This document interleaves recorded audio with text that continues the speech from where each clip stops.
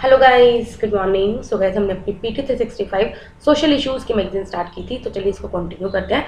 पहला जो था वो सेक्सुअल हरेसमेंट। अभी क्या है, सेवरल इंडियन कंपनीज ने क्या किया, अभी तक sexual harassment of women at work place prevention prohibition and redressal act 2013 या फिर हम बोले POSH एक्ट के प्रोविजंस को इम्प्लीमेंट अच्छे से नहीं किया है। ठीक है, अब आपको जरा इस एक्ट के बारे में पता होना चाहिए। 2013 का जो एक्ट था, एक्ट में sexual harassment at work place को डिफाइन किया है और क्या मैकेनिज्म है कि आप इसके अगर किसी के साथ भी ऐसा हरेसमेंट होता है वो किस तरह से कंप्लेन कर सकता है और किस तरह से रिड्रेसमेंट मतलब कि अपना जो एड्रेस कर सकता है इशू को। ठीक है, तो आपको पता होना चाहिए कि इसमें सेक्सुअल हरेसमेंट की डेफिनेशन को डिफाइन किया है।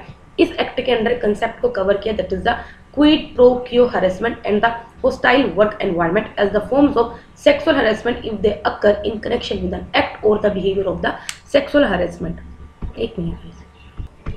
यस, अब आप सोच रहे होंगे क्विड प्रो क्यो क्या होता है, या फिर देखो गाइस, क्विड प्रो क्यो क्या होता है, मतलब कि अगर आप किसी को मतलब कि कुछ रिटर्न मतलब कि कुछ देने के लिए आप उससे कुछ मांग रहे हो, लाइक कोई फेवर मांग रहे हो, लाइक अगर आपने कभी कभी मूवीज या इस पे देखता होगा, ठीक है, कि लाइक अगर सेक्रेटरी को अगर उनको प्रमोशन चाहिए तो वो उनको कुछ बोलते हैं ना कि लाइक कि आप ऐसे रिलेशंस बनाएं, तो ये सब क्या था, क्विड प्रो क्यो, मतलब कि आप किसी फेवर ग्रांट करो in return for the something. ठीक है, तो अगर ये सब चीज़ें भी किस में कवर होगी, सेक्सुअल हरेसमेंट में कवर होगी।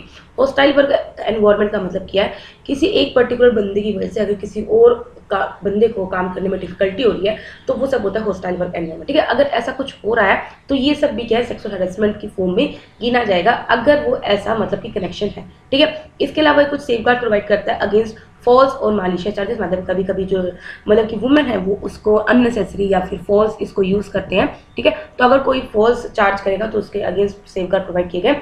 इट वॉज इनेक्टेड, इसको इसलिए इनेक्ट किया गया था सो दैट विशाखा गाइडलाइंस को इंप्लीमेंट करने के लिए, जो सुप्रीम कोर्ट के द्वारा रखी गई थी। इसके अलावा एक ऑनलाइन प्लेटफॉर्म है शी बुक्स, जो इनेबल करते हैं कि जो वुमेन एम्प्लॉइंट्स हैं वो अपनी कंप्लेंट्स को फाइल कर सकती है related to the sexual harassment at the work place and has so that वो 2013 के इस एक्ट को इफेक्टिव मैनर में इंप्लीमेंट कर सकते हैं। ठीक है, सो यू शुड नो कि शी बुक्स किससे रिलेटेड है, इसके थ्रू क्या है, ऑनलाइन क्या कर सकते हैं, जो वुमेन है वो अपने जो कंप्लेंट्स उनको फाइल कर सकते हैं। फाइन, अब आप देख सकते हो ये एक्ट क्या है, फॉर्मल सेक्टर और informal sector including domestic worker दोनों के लिए एप्लीकेबल है। ठीक है, तो आपको पता होना चाहिए ये एक्ट दोनों में एप्लीकेबल है, चाहे कोई भी वुमेन फॉर्मल सेक्टर में एम्प्लॉय हो चाहे कोई इनफॉर्मल सेक्टर में एम्प्लॉय हो। इवन के जो डोमेस्टिक वर्कर्स हैं, जैसे अगर आपके घर में कोई मेड वगैरह आती है, उन सब पे भी ये लागू होता है। ठीक है, देखो फॉर्मल सेक्टर आपको पता होगा जिस ऑफिस में क्या 10 या उससे ज़्यादा एम्प्लॉय होते हैं, इसमें क्या होता है, जो एम्प्लॉयर्स हैं उनको एक इंटरनल कंप्लेंट कमेटी को क्रिएट करना होगा। जो इंटरनल कंप्लेंट कमेटी होगी उसके जब पावर सिविल कोर्ट की होगी और इंटरनल कंप्लेंट कमेटी के पास मेंबरशिप होगी फ्रॉम एन NGO और association committed to cause of women. ठीक है, इसके अलावा जो इनफॉर्मल सेक्टर हो गया या फिर जो वुमेन इनफॉर्मल सेक्टर में डोमेस्टिक वर्कर्स में, वो कैसे अपनी जो कंप्लेंट्स हैं उनको रिड्रेसल कर सकती है। इसमें क्या होगा, हर एक जो डिस्ट्रिक्ट या जो मतलब कि स्टेट गवर्नमेंट के द्वारा क्या होगा, local committee in each district by state government district officer और कलेक्टर में। सिंपल बात है, स्टेट गवर्नमेंट के किसी भी DC या डिस्ट्रिक्ट ऑफिसर के द्वारा हर एक डिस्ट्रिक्ट में एक लोकल कमेटी को सेटअप किया जाएगा। इसके अलावा एक एडिशनल लोकल कंप्लेंट कमेटी भी होगी ब्लॉक लेवल। ठीक है, जहाँ पे जो वुमेन है वो कंप्लेंट्स को फाइल कर सकती है। नेक्स्ट है national database of the sex offender. अभी के जो national database of sex offenders हैं, इन्होंने क्या किया है, जो भी like rape, gang rape, child sex abuse और ईव टिसिंग के जो चार्जेस के मतलब कि जो इल्जाम लगे हैं वो 1 मिलियन नेम्स को क्रॉस कर दिया है। फाइन, तो national database of sex offenders देखो, मतलब कि इसमें हम क्या बोलते हैं, जो मतलब कि सेक्स ऑफेंडर्स की लिस्ट में जो लोग मतलब कि नाम है उसकी लिस्ट बनाई है और उस लिस्ट में अब 1 मिलियन नेम हो चुके हैं, इवन के क्रॉस कर लिया 1 मिलियन। ठीक है, और सेक्स ऑफेंडर्स में कौन कौन से चार्जेस के अकॉर्डिंग हम लिस्ट में नाम रखते हैं, जिसने अगर rape, gang rape, child sex abuse, eve teasing, ये 4 में क्या करते हैं, उनको लिस्ट को नाम रखते हैं। ठीक है, जो NDSOA की सेंट्रल डाटाबेस है सेक्सुअल ऑफेंडर्स इन कंट्री। ठीक है, जैसे आपने देखा होगा हर एक जैसे अगर क्रिमिनल्स हैं उनकी लिस्ट बनाई जाती है। ठीक है, तो जब अगर कोई क्राइम होता है तो उन लोगों के पे ज़्यादा शक किया जाता है। ठीक है, तो उसी तरह क्या होता है, जो सेक्सुअल ऑफेंडर्स है इनकी लिस्ट अलग से बनाई गई है, जिसमें जो नेम्स है ऑलरेडी 1 मिलियन क्रॉस हो चुका है और इसको मेंटेन किया जाता है by the national crime record bureau, जो कि मिनिस्ट्री ऑफ होम अफेयर्स के अंडर है। ठीक है, ये जो ऑनलाइन फैसिलिटी है ये एक्सक्लूसिवली किन के लिए, सो दैट जो भी लॉ एनफोर्समेंट एजेंसीज हैं वो इसको यूज कर सके और क्या कर सके, जो भी क्रिमिनल जस्टिस सिस्टम है वो भी क्या कर सके, इसको असेस कर सके। इसको लॉन्च की गई थी मिनिस्ट्री ऑफ होम अफेयर्स के द्वारा कब, 2018 में। फाइन, नेक्स्ट न्यूज है national consultation on the review of the Beijing +25। ये हमने लास्ट ईयर भी पढ़ी थी और इस साल भी पढ़ रहे हैं। अभी क्या है, Beijing declaration and platform for action को 25 ईयर्स को मतलब कि हो गए हैं और उसके 25 साल को मतलब कि उसे अडॉप्ट किया 25 साल हो गया है। तो ministry of women and child development, national commission for women और UN वुमेन ने क्या किया है, ऑर्गेनाइज किया है national consultation on review of Beijing +25। Fine, अब आपको ये पता होना चाहिए जो 25 साल हो गए हैं जैसे हमने अडेप्ट किया, that is the Beijing declaration and platform for action 1995, इसके बारे में आपको पता होना चाहिए। जो BPFA है इसको हमने 4th world conference on women में अडॉप्ट किया था, जो कि बेजिंग में हुई थी 1995 में। इसके अलावा UN क्या करता है, 4 तरह की वर्ल्ड कॉन्फ्रेंसेस को ऑर्गेनाइज करता है जो स्पेशली फॉर वुमेन होती है।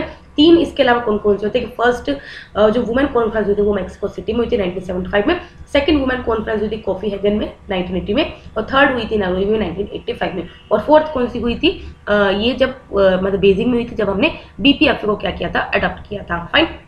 इसके अलावा BPFA क्या करता है, कुछ स्ट्रेटेजिक ऑब्जेक्टिव को सेट करता है और किस तरह से हम वुमेन के एडवांसमेंट के लिए काम कर सकते हैं और किस तरह से हम अपनी जेंडर इक्वलिटी अचीव कर सकते हैं, स्पेशली 12 क्रिटिकल एरियाज जो कंसर्न के हैं।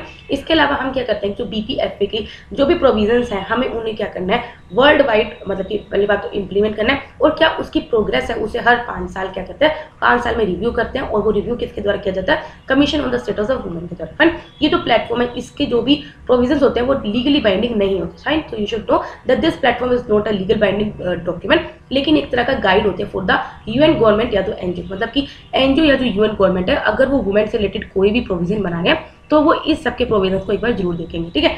पहली बार ऐसा हुआ कि जो persistent discrimination against and the violation of the right of the girl child getting included as a separate critical area. अभी हमने क्या पढ़ा कि 12 क्रिटिकल एरियाज में ये काम करते हैं जहाँ पे वुमेन को एडवांसमेंट करनी चाहिए। ठीक है। तो पहली बार ऐसा हुआ कि जो ये एरिया है इसको भी ऐड किया है और ये बोला है कि ये भी critical area of the concern, जिसमें हमने कुछ ऐसे इश्यूज को एड्रेस करना है, चाइल्ड मैरिज हो गया, फीमेल इन्फेंटिसाइड, जेनिटल म्यूटिलेशन या जो प्री नेटल सेक्स सिलेक्शन होता है, इन सबको हमें क्या करना है, इनके बारे में हमें काम करना है। ठीक है। आप ये देख सकते हो UN commission on the status of women के बारे में आप देख सकते हो, ये एक फंक्शनल कमीशन है of the economic and social council.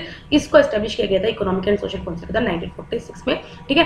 Principally global inter governmental body है जो एक्सक्लूसिवली किसके लिए डेडिकेटेड है, सो दैट हम जेंडर इक्वलिटी को प्रमोट कर सके और वुमेन को एम्पावर कर सके। 1996 में जो इकोनॉमिक एंड सोशल काउंसिल है इन्होंने कमीशंस की जो मैंडेटरी थी उसको एक्सपेंड करके, और इसमें क्या है, Beijing declaration on platform for action को भी इंप्लीमेंट करिए।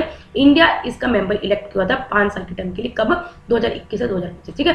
सो यू शुड नो कि इंडिया अभी इसका एज एन इलेक्टेड मेंबर हो रखा है 4 साल के लिए, 2021 से 2025 तक। ठीक है। अब आपको नेशनल कमीशन फॉर वुमेन के बारे में पता होना चाहिए। आई थिंक आपको पता भी होगा अगर आप पॉलिटी पढ़ते हैं। ये स्टैट्यूटरी बॉडी एस्टैब्लिश की गई थी 1992 में under the national commission for women act 1990। ठीक है। इस कमीशन में एक चेयरपर्सन होता है जिसका काम ही होता है who is committed to the course for women. 5 members होते हैं from various fields and the member secretary. सभी जो कमीशन के जो मेंबर्स होते हैं उनको सेंट्रल गवर्नमेंट के द्वारा नॉमिनेट किया जाता है। अब इस कमीशन का काम क्या होता है, ऑफकोर्स कॉन्स्टिट्यूशन और लॉज के द्वारा जो भी राइट्स वुमेन को ग्रांट किए गए उनको सेफ रखना। फाइन। जो भी वुमेन प्रॉब्लम फेस करते हैं उनको स्टडी करना करंट में और रिकमेंड करना कि कैसे हम इस प्रॉब्लम को क्या कर सकते हैं, इरेडिकेट कर सकते हैं, दूर कर सकते हैं। फाइन। इसके अलावा क्या करते हैं, इंडिया में वुमेन का क्या स्टेटस है उसको इवेल्यूट करना टाइम टू टाइम। इसके अलावा जहाँ पे भी वुमेन राइट वायलेशन हो रहा है उनके केसेस को लड़ना और उनको फंड करना। UN वुमेन क्या है, ये UN की आइडेंटिटी है, यूनाइटेड नेशंस की एंटिटी जिसको 2010 में एस्टैब्लिश किया गया था, dedicated to gender equality and the empowerment for women. ठीक है।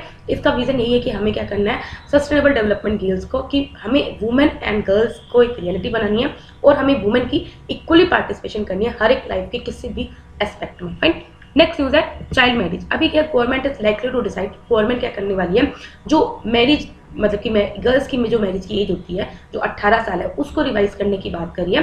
ठीक है। Based on task force report headed by the Jaya Jaitley. Fine. अभी एक टास्क फोर्स है उसको हेड किया गया किसके द्वारा, जया जेटली के द्वारा। ठीक है। तो वो क्या कर रही है, कुछ मैटर्स को एग्जामिन कर रही है कि pertaining to the age of motherhood, imperatives of the lowering maternal mortality rate and the improvement of nutrition levels and the related issues। Simple बात ये है कि अगर लड़कियों की शादी कम उम्र में हो जाती है, लाइक 18 साल में जो अभी लीगल एज बताई हुई है, लेकिन उसके बाद क्या होता है, जैसे अगर 19 साल में लड़कियों का बेबी हो जाता है तो उससे सबसे पहले कि मैटरनल मोर्टेलिटी रेट इंक्रीज होता है, इवन कि बच्चे का भी न्यूट्रिशन नहीं मिल पाता तो इन्फेंट इन मोर्टेलिटी रेट भी इंक्रीज होता है, और इवन कि जो लड़की है वो खुद भी कम एजुकेटेड रह जाती है। ठीक है। तो ये सब दिमाग में रखते हुए क्या कर रहे हैं government is likely to decide कि हमें जो मिनिमम एज है मैरिज की गर्ल्स की उसे रिवाइज करना चाहिए। अब जैसे भी रिकमेंडेशन देगी उसके हिसाब से करेंगे। ठीक है। अब आप देख सकते हैं कुछ प्रोविजंस है related to the child marriage. एक है prohibition of child marriage act 2006। इसके अंदर क्या है, किसी भी मैरिज को वैलिड तभी कराया जाएगा लेकिन वो वॉइडेबल हो जाएगी व्हेन जो मैरिज है वो underage marriages also. Underage marriages are valid but voidable, which means that an underage marriage is valid as long as the minors involved in the marriage want it to remain valid। मतलब सिंपल बात ये कि अगर कोई under as marriage हो भी रही है उसको वैलिड तभी तक मतलब कि वैलिड ठहराया जाएगा जब अगर वो जो माइनर्स है जो जिन्होंने शादी की है वो खुद चाहते हैं कि हाँ वो वैलिड बने, ठीक है। अंडर एज मैरिजेस को वॉइड और नो लीगल वैलिडिटी, मतलब कि उनको कोई भी लीगल वैलिडिटी नहीं मिली जहाँ पे अगर कुछ ट्रैफिकिंग, एंटिसमेंट, फ्रॉड या डेफिसिट हो रहा है, ठीक है। इसके अलावा माइनर पार्टी को अलाउ है कि वो अपनी मैरिज को क्या कर सकते हैं, नलीफाई कर सकते हैं till 2 years of the attaining majority. मतलब कि अगर सपोज कोई किसी ने 16 साल में शादी कर लिया तब वो माइनर है, ठीक है, लेकिन अगर उसे लगता है कि उसको अभी मतलब कि शादी नहीं तोड़नी तो वो विद इन 2 years के अपनी शादी को मतलब कि अनवैलिड कह सकता है, ठीक है। नेक्स्ट है section 375 of the Indian penal code. ये क्या करता है, जो भी सेक्सुअल एक्ट्स होते हैं with a girl below 18 years of age with और विदाउट हर कंसेंट। मतलब कि सिंपल बात है कि अगर आपने 18 साल से कम लड़की के साथ अगर उसकी मर्जी के साथ अगर ऐसे कोई रिलेशन बनाना चाहे तो उसको सेक्सुअल एक्ट्स में मतलब कि काउंट किया जाएगा, ठीक है। Independent thought versus of union of India ये केस आया था जिसमें कोर्ट ने किया गया था सेक्शन 375 के क्लोज टू को एक्सेप्ट कर दिया था और बोला था कि जो नॉन कंसेंसुअल सेक्स है with wife of age above 50 years में, सिंपल बात है उन्होंने बोल दिया था अगर वाइफ की एग्रीमेंट से अगर अबव 15 ईयर्स की जो लड़की है अगर उसके साथ ऐसा कुछ हो रहा है तो उसे मतलब कि वो नहीं माना जाएगा, मतलब कि पेनलाइज नहीं किया जाएगा। नेक्स्ट है POCSO act 2012, that is the protection of children from sexual offences act, ठीक है। इसने बोला गया penalises penetrative sexual assault on a child by anyone related to the child through marriage. I think आपको समझ में आ गया होगा। नेक्स्ट है स्पेशल मैरिज एक्ट 1954। ये डील करता है इंटरकास्ट और इंटर रिलीजियस मैरिज से। मतलब सिंपल बात ये कि अगर किसी कपल को किसी और रिलीजन में शादी करनी है तो उन्हें पहले 30 दिन का नोटिस पीरियड देना होगा अपने डिस्ट्रिक्ट के ऑफिसर को, ठीक है, तभी वो मैरिज कर सकते हैं किसी और रिलीजन में, ठीक। नेक्स्ट करते हैं evolution of child marriage law in India. ये अगर आपने एंशिएंट हिस्ट्री पढ़ोगे तो आपको पता, सॉरी मॉडर्न हिस्ट्री पता होगी तो आपने पढ़ोगी। सबसे पहले एज ऑफ कंसेंट एक्ट आया था 1891 में। तब क्या किया था, जो raise the age to consent for sex from 10 से 12 साल, तब ये कर दिया था। फिर 1929 में क्या हुआ था, चाइल्ड मैरिज इंस्टेंट एक्ट आया था 1920, जिसको सारदा एक्ट भी बोलते थे। इसमें क्या किया था, मैरिज जो गर्ल्स की मैरिज एज है उसे 14 साल कर दी थी बढ़ा के और बॉयज़ की 18 साल कर दी थी। और इस एक्ट को 1978 में अमेंड किया था और जिसमें क्या किया था, जो लड़कों की जो मैरिज एज है उसे बढ़ा के 21 साल कर दी थी, ठीक है, एंड गर्ल्स की क्या कर दी थी 18 साल कर दी थी। फिर उसको दोबारा अमेंड किया गया था 2006 एक्ट में, ठीक है। फिर आया 2006 में prohibition of child marriage act 2006। इसमें द्वारा कर दी कि एज की लिमिट रिवाइज करके to 18 and 21 for girls and boys respectively, ठीक है। नेक्स्ट करते हैं, हाँ पैटर्निटी लीव। ये आपको समझ में आएगा, पैटर्निटी लीव न्यूज़ में थी रिसेंटली। क्या जो board of control for cricket in India BCCI है उन्होंने पैटर्निटी लीव ग्रांट की थी किसको, कोहली को, इंडियन कैप्टन को। अब आप देख सकते हो पैटर्निटी लीव और मैटरनिटी लीव में क्या फर्क होता है। देखो पैटर्निटी लीव क्या होता है, एक लीव पीरियड होती है रिजर्व स्पेशली एक्सक्लूसिवली किन के लिए होता है, फादर्स के लिए होता है। अगर इनका कोई मतलब चाइल्ड बर्थ हो रहा है तो उनको क्या होता है कुछ, and it is granted in addition to the other annual. मतलब कि अगर आपको पता है हर एक ऑफिस में एनुअल लीव मिलती हैं, ठीक है, कुछ लाइक कैजुअल लीव होती है, सिक लीव होती है ना, डिफरेंट तरह की लीव्स होती है। तो पैटर्निटी लीव अलग होती है और वो उसके एडिशन में मिलती है, किसी एक्सक्लूसिवली किनको मिलती है, फादर्स को मिलती है, ठीक है। मैटरनिटी लीव क्या होती है, इसमें न्यू मदर्स को मिलती है जो मतलब कि इस लीव को यूज कर सकते हैं सो दैट वो अपने न्यू बोर्न की केयर कर सके, ठीक है। इंडिया में क्या क्या प्रोविजन है पैटर्निटी लीव का, इंडिया में कोई भी लीगल प्रोविजन नहीं है। ऑल इंडिया और सेंट्रल सिविल सर्विस रूल क्या करते हैं, सेंट्रल गवर्नमेंट एम्प्लॉयज को अलाउ करते हैं कि जिनके 2 बच्चे हैं, मतलब 2 सर्वाइविंग चिल्ड्रन हैं और जिनकी with less than 2 surviving children 15 days of paternity, मतलब कि उनको 15 दिन की पैटर्निटी लीव दे देते हैं, ठीक है। और ये जो केसेस है वो उन पे भी एक्सटेंड होता है, अगर कोई फादर बच्चा अडॉप्ट कर रहा है तो भी ये पैटर्निटी लीव उनको मिलेगी, ठीक है। ये आप 6 मंथ तक की ले सकते हैं from the date of delivery और अडॉप्शन ऑफ चाइल्ड। मतलब कभी भी अगर आपकी लाइक वाइफ, जब भी आपका बच्चा होता है और जब आप आपका चाइल्ड अडॉप्ट करते हैं तो उसके 6 मंथ तक क्या कर सकते हैं, पैटर्निटी लीव ले सकते हैं। प्राइवेट ऑर्गेनाइजेशन में देखो तो प्राइवेट ऑर्गेनाइजेशन में कोई ऐसा लॉ नहीं है जो प्राइवेट सेक्टर को मतलब कि अलाउ करता है, ऑब्लाइज करता है कि उन्हें पैटर्निटी लीव देनी ही देनी अपने एम्प्लॉयज को। हाइवर कुछ प्राइवेट एस्टेब्लिशमेंट्स हैं जो पैटर्निटी लीव देते हैं, मतलब कि अपनी मर्जी से दे रहे हैं तो वो बात अलग है, लेकिन ऐसा कोई लोन नहीं है, ठीक है। अब मैटरनिटी लीव का देखते हैं इंडिया में क्या प्रोविजन है। ऑफकोर्स इंडिया में जो मैटरनिटी लीव है उसको रेगुलेट किया जाता है by the maternity benefit amendment act 2017। ये सभी एस्टेब्लिशमेंट अप्लाई होता है जिसमें मतलब फॉर्मल सेक्टर में अप्लाई होता है जहाँ पे 10 या 10 से ज़्यादा लोग एम्प्लॉयड हैं, ठीक है। इसमें क्या होता है, for the first 2 surviving child up to the 26 weeks of the paid maternity leave is the granted, ठीक है। मतलब 26 वीक तक क्या है पेड मैटरनिटी लीव क्या ग्रांट की जाती है। पेड मतलब कि अगर आप छुट्टी पे अगर आपकी पैसा आपके पास आएगा, फाइन। इसके अलावा जो वुमेन एक्सपेक्टिंग कर रही है आफ्टर हैविंग 2 चिल्ड्रन, ठीक है, मतलब कि अगर कोई ऐसी वुमेन है जिसके पास मतलब 2 चिल्ड्रन है उसके बाद ऑलरेडी वो एक्सपेक्ट करिए तो जो पेड मैटरनिटी लीव है वो 12 वीक्स हो जाते हैं। मतलब कि अगर आपको ऑलरेडी आपको 2 बार छुट्टी मिल चुकी है 26 वीक्स की, लेकिन अगर आप 3rd चाइल्ड हो रहा है तो आपको छुट्टी मिलेगी वो सिर्फ 12 वीक की मिलेगी, मतलब कि 6 weeks pre delivery and the 6 weeks post delivery, ठीक है। और अगर आप कोई मतलब कि बच्चा अडॉप्ट कर रहे हैं, ठीक है, तो आपको मैटरनिटी लीव ग्रांट की जाएगी 12 वीक की, ठीक है। इसके अलावा अगर आपको मैटरनिटी बेनिफिट का मतलब कि मैटरनिटी बेनिफिट मतलब कि मैटरनिटी के जो भी लीव के बेनिफिट अगर आपको लेने हैं तो वुमेन को सबसे पहले एक एम्प्लॉय होना पड़ेगा इन एन एस्टेब्लिशमेंट, मतलब कि पिछले 80 डेज से एटलीस्ट आप उस एस्टेब्लिशमेंट में काम कर रहे हो इन द पास्ट 12 मंथ, ठीक है। इसके अलावा एक्ट मैंडेट कर रहे हैं एम्प्लॉयर्स को to educate women about the maternity benefits available to the them at the time of their employment. Simple बात ये कि अगर कभी भी कोई जो कंपनी है वुमेन को एम्प्लॉय रखती है तो उस वुमेन को आपको सब कुछ बताना होगा कि आपको ये सब कुछ बेनिफिट्स मिलते हैं, ठीक है। नेक्स्ट है रिलेटेड इन्फॉर्मेशन, शायद आपने पढ़ा होगा, मेंस्ट्रुअल लीव, ठीक है। अभी जो मेट्रो ने रिसेंटली अनाउंस किया है ये पेड पीरियड लीव पॉलिसी मिलेगी फॉर द एम्प्लॉय, ठीक है। इसमें एक जो बिहार की स्टेट है उन्होंने क्या किया है, तो एक्स्ट्रा डेज की कैजुअल लीव पर मंथ दी है वुमेन गवर्नमेंट एम्प्लॉइज को, so for to take time off for period since 1992। जो मेंस्ट्रुअल बेनिफिट बिल 2017 है उसको लोकसभा में 2018 में रखा हुआ था। इसका एम भी यही है जो भी वुमेन पब्लिक या प्राइवेट सेक्टर में काम कर रही हैं उनको हर महीने 2 दिन की पेड मेंस्ट्रुअल लीव दी जाए एज वेल एज कुछ बेटर फैसिलिटीज दी जाए सो दैट वो अपने वर्क प्लेस पे क्या कर सके, आराम से काम कर सके ड्यूरिंग द मेंस्ट्रुएशन, ठीक है। तो आपको पता होना चाहिए न्यूज़ में क्यों था, क्योंकि जोमेटो ने क्या किया, न्यू पेड पीरियड लीव देने लगी है पॉलिसी एम्प्लॉइज को। इसके अलावा मेंस्ट्रुअल बेनिफिट बिल 2017 का मतलब जो भी टेबल किया हुआ लोकसभा में वो भी यही काम करेगी, 1 महीने में लड़कियों को 2 लीव मिलनी चाहिए, ठीक है। नेक्स्ट है चाइल्ड केयर लीव। अभी क्या according to all India service leave rules जो भी वुमेन एम्प्लॉय हैं या फिर जो सिंगल मेल पेरेंट एम्प्लॉय हैं जिनके 2 बच्चे हैं या उससे कम है उनको हम 2 ईयर्स का एग्रीगेट चाइल्ड केयर लीव देंगे, मतलब कि पूरे उसकी लाइफ टाइम में हम उसको 2 साल की मतलब 730 डेज की लीव ग्रांट करेंगे। आउट ऑफ टोटल जो 730 डेज ऑफ लीव है एम्प्लॉय को फुल सैलरी मिलेगी फर्स्ट 365 डेज की और अगले 365 डेज में उसको अपनी 80% सैलरी मिलेगी। इसके अलावा जो चाइल्ड केयर लीव है वो किसी भी गवर्नमेंट सेक्टर सर्वेंट जो भी for a disabled child of any as, मतलब कि अगर किसी का डिसेबल्ड चाइल्ड है, अगर उसका पिता या उसकी माता को किसी मतलब कि अगर वो बच्चे की एज चाहे 20 साल भी क्यों ना हो उसके लिए उसको कब हमेशा क्या मिलेगी, छुट्टी मिलेगी। अर्ली ये भी 22 साल तक लिमिटेड था लेकिन अब इसकी एज को हटा देगा, ठीक है। ये आप किसी भी वक्त अवेल कर सकते हैं before the child reaches the age of 18, मतलब कि अगर आपको अपने बच्चे की केयर के लिए छुट्टी चाहिए, जैसे अगर उसकी पेरेंट टीचर मीटिंग है या कोई फंक्शन है, ठीक है, अगर आपको जाना है तो आप चाइल्ड केयर लीव ले सकते हैं, ठीक है। और ये आपको कब मिलेगी, जब आपका बच्चा 18 साल तक का ना हो जाए, तब तक आप ऐसी तरह से पूरे मतलब कि 18 साल में 730 डेज लीव ले सकते हैं, ठीक है।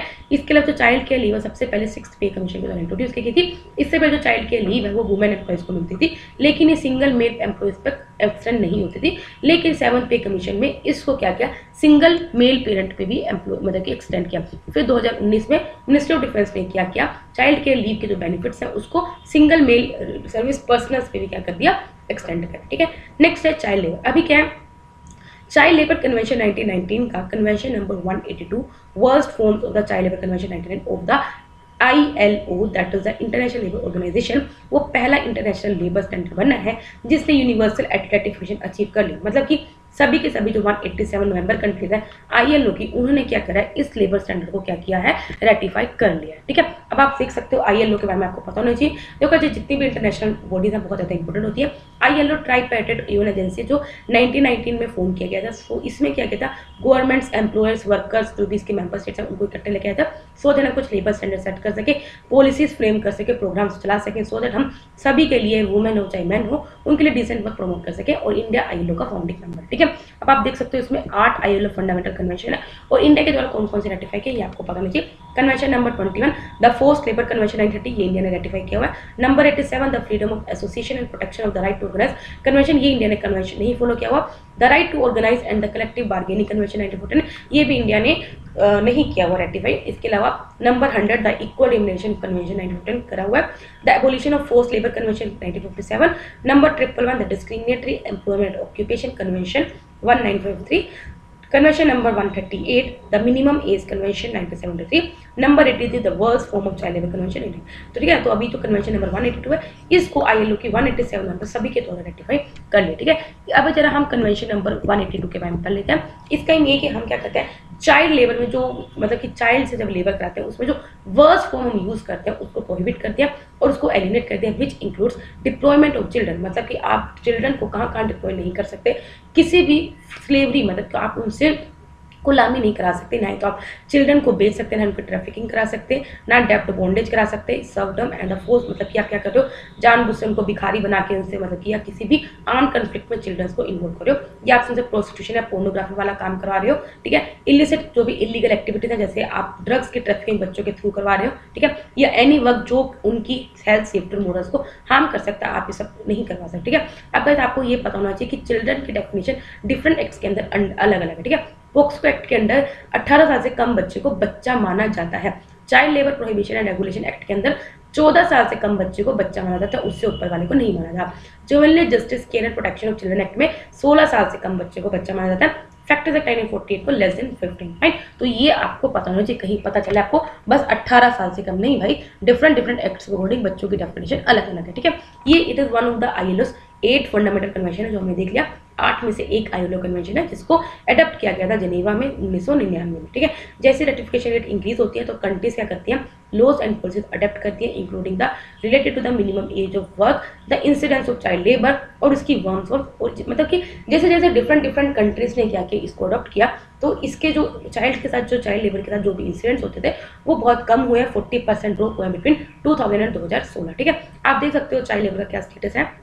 अगर हम रेस्ट ऑफ द वर्ल्ड देखें, ठीक है, और इंडिया देखें, इंडिया में नियर अबाउट 10.5 मिलियन चिल्ड्रन है, ठीक है, और टोटल कितने हैं 152 मिलियन चिल्ड्रन है चाइल्ड लेबर में टोटल 152 मिलियन चिल्ड्रन है, और इंडिया में 10.1 है।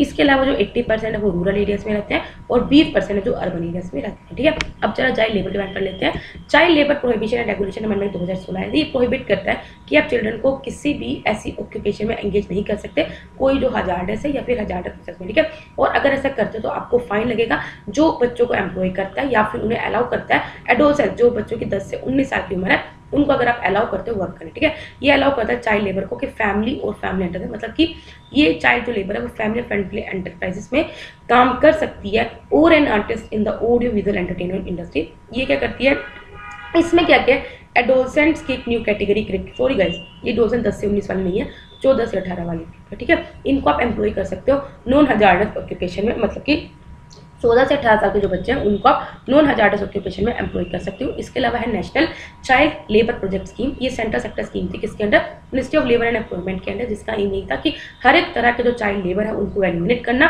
और वो कैसे करते हो, तो पहले आप उसको आइडेंटिफाई करो और हर एक बच्चों को विड्रॉ करो from the project area from the child labour. इसके अलावा एक डिस्ट्रिक्ट प्रोजेक्ट सोसाइटीज को सेटअप किया है डिस्ट्रिक्ट लेवल पे under the chairmanship of DC या फिर डिस्ट्रिक्ट मजिस्ट्रेट, सो दैट वो इस प्रोजेक्ट की इंप्लीमेंटेशन को देख सके। इसके अलावा जो बच्चे जिनकी उम्र 9 से 14 साल के बीच में, उनको उस वक्त से विड्रॉ किया जाएगा और उन्हें हम national child labour project scheme के अंडर स्पेशल ट्रेनिंग प्रोवाइड करेंगे, ठीक है, ठीक है, जहां पे उन्हें एजुकेशन प्रोवाइड की जाएगी और ट्रेनिंग प्रोवाइड की जाएगी, ठीक है। अब इंडिया का क्या एफर्ट है सो दैट चाइल्ड लेबर को इरेडिकेट किया जाएगा। सबसे पहले तो कुछ कॉन्स्टिट्यूशन प्रोविजन है, जैसे आर्टिकल 24 आपको पता ही है, आर्टिकल 39 क्लोज ई, आर्टिकल 23, ठीक है। लॉज क्या क्या है, जैसे जुवेनिल जस्टिस केयर एंड प्रोटेक्शन 2000, इसमें क्या है, आपको क्या ये क्राइम है, ठीक है, पनिशेबल है, अगर आपको कुछ जेल हो सकती है अगर किसी ने भी बच्चों को एम्प्लॉय किया किसी भी हजार्डस एम्प्लॉयमेंट, ठीक है। इसके अलावा child labour amendment prohibition regulation 2016 है। माइस एक्ट 1952 है, जो ये प्रोहिबिट करता है किसी बच्चे जिसकी साल 18 साल से कम है उसको आप माइनिंग एरिया में क्या एम्प्लॉय नहीं कर सकते।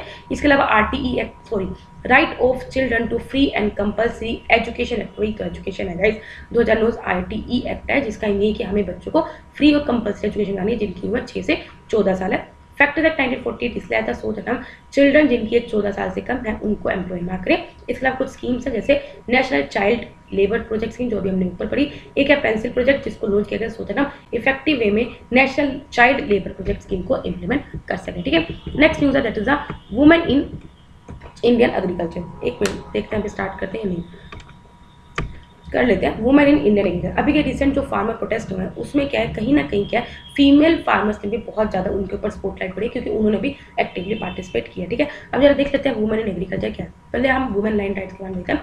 वुमेन लैंड राइट इंडेक्स एक तो कंबाइंड इंडेक्स होता है जिसमें वुमेन लैंड राइट्स को रिप्रेजेंट किया जाता है। इन्फॉर्मेशन फॉर एग्रीकल्चर 2011 में, ठीक है। तो सोशियो इकोनॉमिक मतलब ये कुछ सेंसस है जिसमें क्या है वुमेन लैंड राइट इंडेक्स को शो किया जाता है, ठीक है। अब एग्रीकल्चर में वुमेन का क्या रिप्रेजेंटेशन हम जरा देख लेते हैं। Women near about agriculture labour force में 32% कॉन्ट्रीब्यूट करती है और नियर अबाउट 55 to 66% कॉन्ट्रीब्यूट करती है फार्म के प्रोडक्शन में। अगर हम एग्रीकल्चर सेंसस 2015-16 का देखें तो फीमेल की जो ऑपरेशनल होल्डिंग्स है, मतलब कि जो फीमेल एग्रीकल्चर लैंड जो ऑपरेट करती है वो बढ़ी है, ठीक है। वो 2015-16 में 14% हुई है, जो कि 2010-11 में 12.8%। इसका मतलब ये है कि फीमेल क्या है एक्टिवली पार्टिसिपेट कर रही है एग्रीकल्चर होल्डिंग्स को मैनेज करने में, ऑपरेट करने में, और इसको हम फेमिनाइजेशन ऑफ एग्रीकल्चर भी बोल सकते हैं। फाइन। इसके अलावा आप देख सकते हो, इसके अलावा क्या है, क्योंकि ज़्यादा से ज़्यादा रूरल टू अर्बन माइग्रेशन हो रहा है मैन के द्वारा, तो इसकी वजह से क्या है जो एग्रीकल्चर लैंड पे मैक्सिमम क्या है लेडीज़ का एक्टिव पार्टिसिपेशन हो रहा है, जिसमें ज़्यादा से ज़्यादा जो वुमेन है वो मल्टीपल रोल्स में काम करें, जैसे एज ए कल्टिवेटर भी, एंटरप्रेन्योर भी और लेबर भी। अगर वुमेन की ओनरशिप बढ़ती है तो उसका क्या बेनिफिट होगा, सबसे पहले एक सिक्योरिटी की सेंस आएगी, सेल्फ कॉन्फिडेंस होगा, बार्गेनिंग पावर इंक्रीज होगी और पब्लिक पार्टिसिपेशन भी इंक्रीज। इसके अलावा ऑफकोर्स लिविंग कंडीशन की बढ़ेगी, बेटर न्यूट्रिशन, फूड सॉवरेंटी और हेल्थ एंड एजुकेशन आउटकम भी बढ़ेंगे। अब गवर्नमेंट के द्वारा क्या स्टेप लिए गए सो दैट हम एग्रीकल्चर में वुमेन की पार्टिसिपेशन को बढ़ा सके।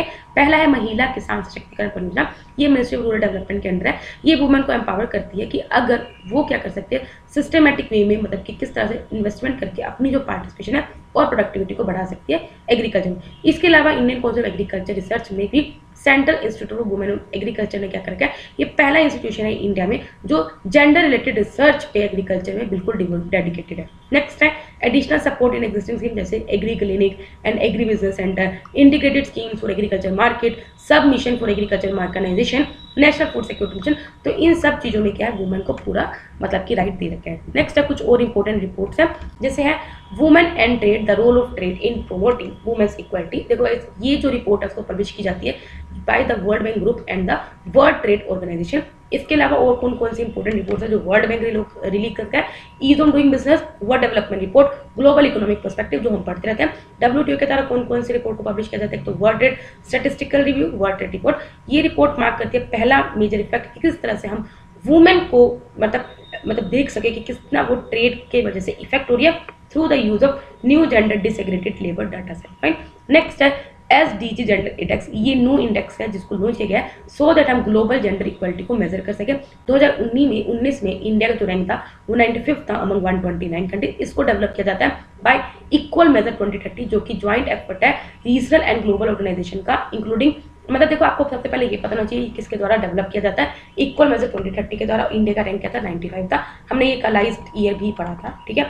इसमें और कौन कौन सी कंट्रीज इंक्लूड होते हैं, मतलब कि कौन कौन से ऑर्गेनाइजेशन इंक्लूड होते हैं इसको डेवलप करने में, जैसे African women development communication network, Bill and Melinda Gates foundation, international women health coalition. तो ये सब लोग इसमें इंक्लूड होते हैं। इसमें मेनली 51 जेंडर स्पेसिफिक इंडिकेटर्स को हम इंक्लूड करते हैं अक्रॉस सस्टेनेबल डेवलपमेंट गोल के जो 17 है उसमें से 14 को हम काउंट करते हैं, जो कुछ ऐसे एक्सपेक्ट कवर करते हैं जैसे poverty, health, education, literacy, political representation, equality, इन सबको हम काउंट करते हैं। ओवरऑल इंडेक्स को है हम 0 से 100 स्कोर पे स्केल करते हैं। अगर 100 स्कोर है तो इसका मतलब ये कि हमने जेंडर इक्वालिटी को अचीव कर लिया है, ठीक है। और अगर 0 है तो इसका मतलब पूरा का पूरा जेंडर इनइक्वालिटी, ठीक है। लोस्ट एट होम रिपोर्ट, इसको पब्लिश की जाती है UN चिल्ड्रन फंड के द्वारा। रिपोर्ट ने ये बताया है कि क्या जो चिल्ड्रन जो डिस्प्लेस हो जाते हैं उनके द्वारा क्या रिस्क और चैलेंजेस फेस किए जाते हैं। Report looks at the risk and the challenges internally displace children face, और क्या अर्जेंट एक्शन उन्हें जरूरी है सो दैट हम उन बच्चों को प्रोटेक्ट कर सकें। इस रिपोर्ट के अकॉर्डिंग इंडिया में जो न्यू इंटरनल डिस्प्लेसमेंट कि विद इन इंडिया में ही इंटरनल जो डिस्प्लेसमेंट हुई 2019 में वो नियर अबाउट बच्चों की 5 मिलियन हुई है ड्यू टू डिजास्टर। इसके अलावा कन्फ्लिक्ट एंड वायलेंस की वजह से भी बहुत ज़्यादा इंटरनल डिस्प्लेसमेंट होते हैं बच्चों की और उनकी फैमिलीज में, ठीक है। इसके अलावा कुछ और इंपॉर्टेंट न्यूज़ है जो न्यूज़ में हम देख लेते हैं। India first international women trade centre, इसको सेटअप किया कहाँ पे, कोची के अंगलवली केरला में। किसके साथ मिलकर, UN सस्टेनेबल डेवलपमेंट प्रोग्राम। इसका ये कि हम वुमेन एंटरप्रेन्योरशिप को एक्सेलरेट करें और जेंडर पैरिटी को हम सिक्योर करें, मतलब कि जेंडर इनइक्वालिटी को रिमूव करें। नेक्स्ट टाइम कोविड-19 श्री शक्ति चैलेंज। अभी क्या जो माई गवर्नमेंट है, ये आपको पता ही गवर्नमेंट का डेस्क है, इन्होंने UN वुमेन के साथ कोलैब करके क्या करा है, इस चैलेंज को लॉन्च किया अप्रैल 2020 में। इसका जो लॉन्च किया गया उसका ऑब्जेक्टिव यही था कि हम क्या कर सके वुमेन को मतलब कि एनकरेज कर सके और उनके स्टार्टअप्स को मतलब कि एनकरेज कर सके कि वो इनोवेटिव सॉल्यूशन के साथ आए सो दैट कोविड-19 में हम कोविड-19 के अगेंस्ट फाइट कर सके और कुछ प्रॉब्लम्स को सॉल्व कर सके जो वुमेन को क्या कर रही है, इंपैक्ट कर रही है, ठीक है।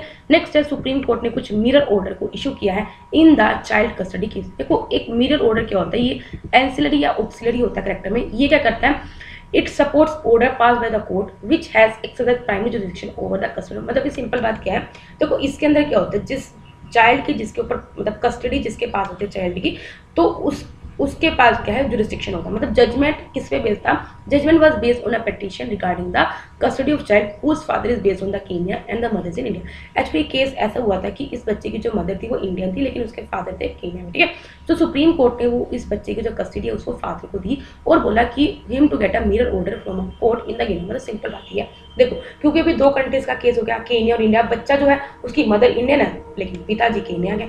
तो अभी क्या है, मिरर ऑर्डर में क्या होता है, सिंपल बात है, मिरर ऑर्डर में क्या है, अगर इंडिया का सुप्रीम कोर्ट कोई भी डिसीजन पास करेगा तो पहले फिर का जो केन्या का जो वहाँ पे जो सुप्रीम कोर्ट होगा, जो भी सबसे ज़्यादा ऊपर में जो वहाँ पे कोर्ट होगा, वो भी क्या करेगा, उस ऑर्डर को देखेगा, ठीक है। अगर उस ऑर्डर को किया, अगर वो भी वो ऑर्डर पास करेगा तो फाइनली उस कस्टडी के उसके पिताजी को मिल जाएगी, ठीक है। तो सिंपल बात ये, सिर्फ इंडिया के सुप्रीम कोर्ट के पास पास करने से कुछ नहीं होगा, केन्या का भी अगर वो करेगा एक मिरर ऑर्डर, मतलब कि सेम ऐसा ऑर्डर उसको इशू करना होगा, तब उसको फाइनली कस्टडी मिल जाएगी, ठीक है। A mirror order is ancillary और auxiliary in character, it supports, ये अगर सपोर्ट कर देगा जो ऑर्डर पास किया गया हमारे कोर्ट के द्वारा, तो इसका मतलब वो सही हो जाएगा, ठीक है। तो सुप्रीम कोर्ट ने चाइल्ड कस्टडी उसके फादर को दी थी एंड उसको ऑर्डर कहता है कि मिरर ऑर्डर ले लो from a court in the Kenya, ठीक है। इसको इसलिए पास किया जाता है सो दैट कंट्री के जो कोर्ट्स हैं where the child is being shifted are aware of the result. मतलब कि एक हम बच्चे को केन्या भेज रहे हैं तो भाई उस कंट्री के कोर्ट को भी पता होना चाहिए कि हम भेज रहे हैं और आपको एक नेसेसरी अरेंजमेंट रखनी है जो हम आपको अपनी कंट्री में करनी है, सो दैट उसको कोई तंगी ना हो, ठीक है। ये हम इसलिए रखते हैं सो दैट उस बच्चे के इंटरेस्ट को हम सेफ रख सके, पता चले बच्चे का मिस यूज हो जाए, ट्रैफिकिंग हो जाए, ठीक है। तो उसके इंटरेस्ट को प्रोटेक्ट करने के लिए और ये इंश्योर करने के लिए कि दोनों parents are equally bound in the east, ठीक है। मिरर ऑर्डर्स को अपना प्रोमिनेंट प्लेस मिला हुआ है कहाँ पे, Hague convention on civil aspects on international child abduction 1980, जो अप्लाई नहीं होता है, ठीक है। मतलब कि हाउएवर मिरर ऑर्डर के केस में ये केस अप्लाई नहीं होता।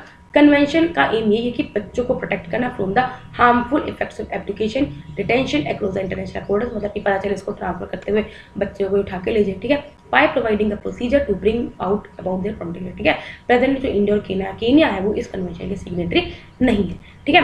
तो गाइस आप देख सकते हैं यहाँ पे हमारा जो फर्स्ट चैप्टर था वो कंप्लीट हो गया है। कल से हम अपना सेकंड चैप्टर स्टार्ट करेंगे, that is the other vulnerable section, ठीक है। तो गाइस अगर आपको वीडियो अच्छी लगे तो लाइक करना, कोई डाउट कमेंट करना। तब तक के लिए बाय बाय, टाटा।